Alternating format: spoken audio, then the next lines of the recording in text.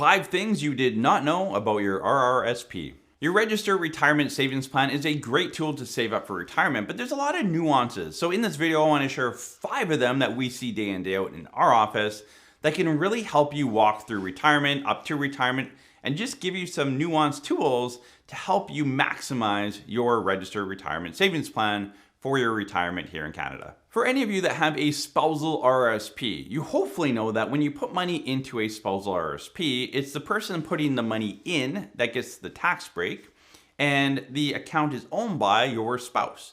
Now, when you put money into a spousal RRSP, you can't touch that money for 3 years. The current year that you put money in, plus the additional 2 years. So if I put money in right now, 2024, we couldn't pull money out, or my wife couldn't pull money out through 2024, 25, 26, meaning January 2027 would be the very first date that she could put money in. And that's why as we come close to the end of the year, if you're planning to make a spousal contribution, you may want to do it before the end of the year so that you don't delay a further year.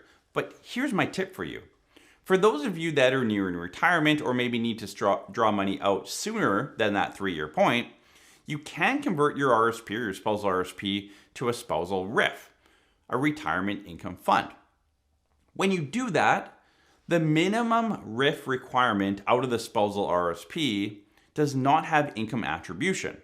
Meaning that if I put $10,000 into my spouse's spousal RRSP right now, and let's say it had a bit of money in there already or didn't, doesn't really matter. Again, I couldn't touch that for 3 years. But if I convert it to a RRIF, a spousal RRIF, the minimum amount that I have to take out every year based on the RRIF minimum, that comes out and isn't attributed to me. It's actually taxed in my wife's hand. So if you're looking to get around the 3-year attribution rule around a spousal RRSP, think about converting to a RRIF and just draw out the minimum amount every single year. The second tip I have for you, and we see it every single day in our office, is you can draw money out of your RRSP at any point in your life. Yes, it's a retirement savings plan. It's built for retirement. The idea is to put money in, you get the tax break up front. It grows tax deferred. And when you pull money out in retirement, you pay tax on it. That's the idea of the account. But if you have an emergency early, you can always take money out of there. Or if you retire early, you don't have to wait till a certain date to draw money out of the RRSP. You can actually pull money out at any time. Now, there's other tools. If you're saving for a first home or for education, there's a home buyer plan or the lifelong learning plan that are tools within the RRSP to draw money out without having to pay tax and you pay it back. So if you're planning to use it for a first-time home buyer or education, there are better tools for that. For the majority of you that are just building up an RRSP, if you have an emergency, you can get access to it. Now, again, if you pull money out of your RRSP, it's taxable income. I don't advise ever pulling money out of your RRSP before you retire.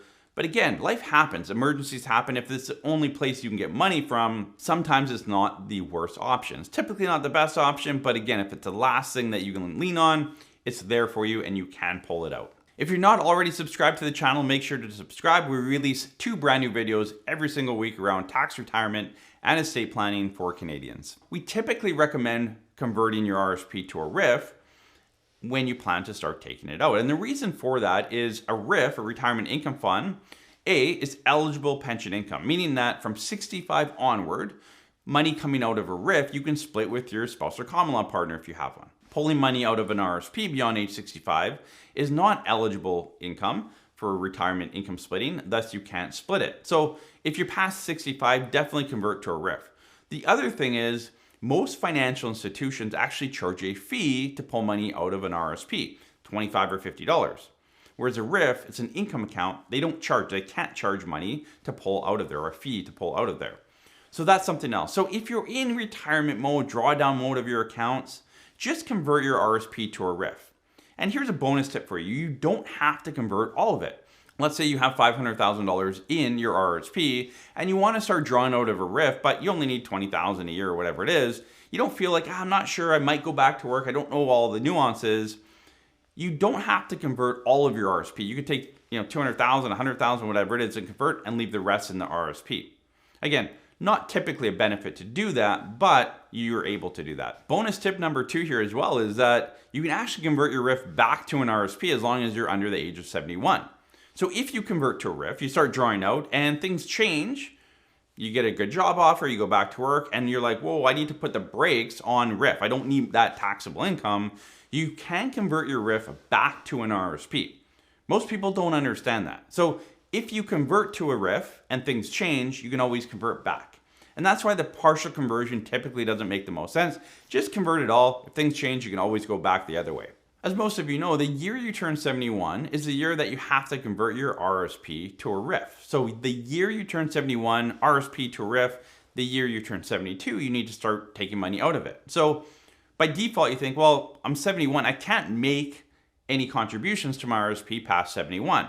And for the majority of you, that would be the case. But if you have a spouse or common law partner that's under 71, you can still contribute to a spousal RRSP. And again, there's some tax planning plays here that could come into play. Again, a small population here, but it is a tax planning tool that we see and we use once in a while for clients. So if you have one spouse or an age gap where one spouse is 75 and the other is 65, that 75-year-old, if they have a bunch of income or they have something coming in that they can't income split, they could put money into a spousal RRSP for their spouse to create more taxable income splitting and a better structure to allow them to pay less tax overall. The fifth and final tip has to come around withholding taxes. So when you convert your RRSP to a RRIF and start pulling it out, there's withholding tax. And that's a good thing. Withholding taxes, you're just prepaying some taxes, much like when you're working, your company takes off tax, remits it to the government, so that come tax time, you don't owe $5,000, $10,000, $30,000 of tax. It's kind of been taken off over time. The same thing is with your retirement income fund. When you convert your RRSP to a RRIF and start drawing out, you're living through retirement, there's going to be a withholding tax. Here's the difference.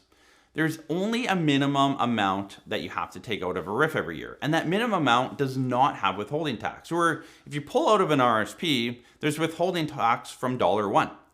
With a RRIF, the minimum RRIF amount in that year is tax-free to you. As far as withholding tax, it's still taxable income, so it's not tax-free. It's withholding tax-free.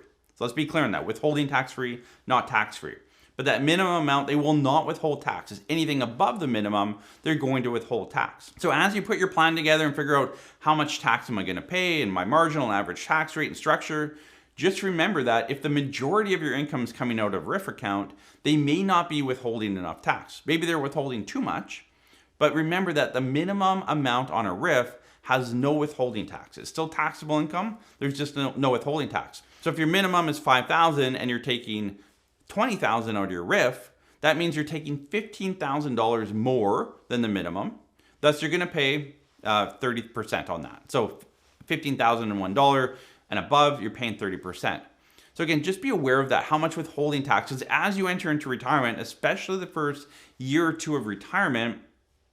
Taxes are a bit all over the place. You have a bunch of different income sources. Some withhold tax, some don't. A lot of you that start CPP and old age security, you can say how much tax to withhold. A lot of you say none because you want the money right away, but that creates a bit of a tax bill potentially down the road at tax time.